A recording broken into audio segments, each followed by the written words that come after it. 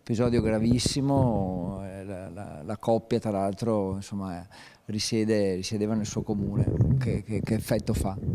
Sì, già ieri eravamo sconvolti quando si parlava di un suicidio perché comunque era un fatto che aveva colpito la nostra comunità. Questa mattina quando ci siamo risvegliati la notizia dell'ipotesi di omicidio ci ha lasciato veramente basiti.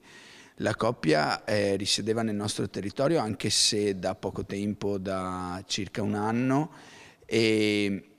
devo dire che il nostro pensiero oggi, mio e di tutta la comunità, va alla famiglia di Giada e al piccolo figlio che ha qualche anno, è nato nel 2020, a cui veramente vogliamo dare tutto il nostro contributo e tutto il nostro sostegno in qualsiasi modo, per qualsiasi esigenza ci sia, visto che frequenta anche un nostro asilo parrocchiale, un asilo parrocchiale di Vigonza.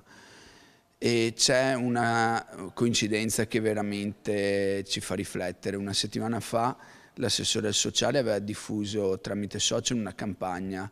a favore per sensibilizzare le donne vittime di violenza, di minacce, di abusi, mettendo a disposizione un numero verde perché forse grazie alla sua esperienza, anzi sicuramente aveva avuto sentore che ci sono ancora troppi casi che per vergogna, per paura non vengono denunciati, segnalati e non ci si appoggia. Questo è un lavoro che dobbiamo fare tutti insieme per aumentare la sensibilità, perché da quello che emerge dalle prime ricostruzioni, anche in questo caso si tratta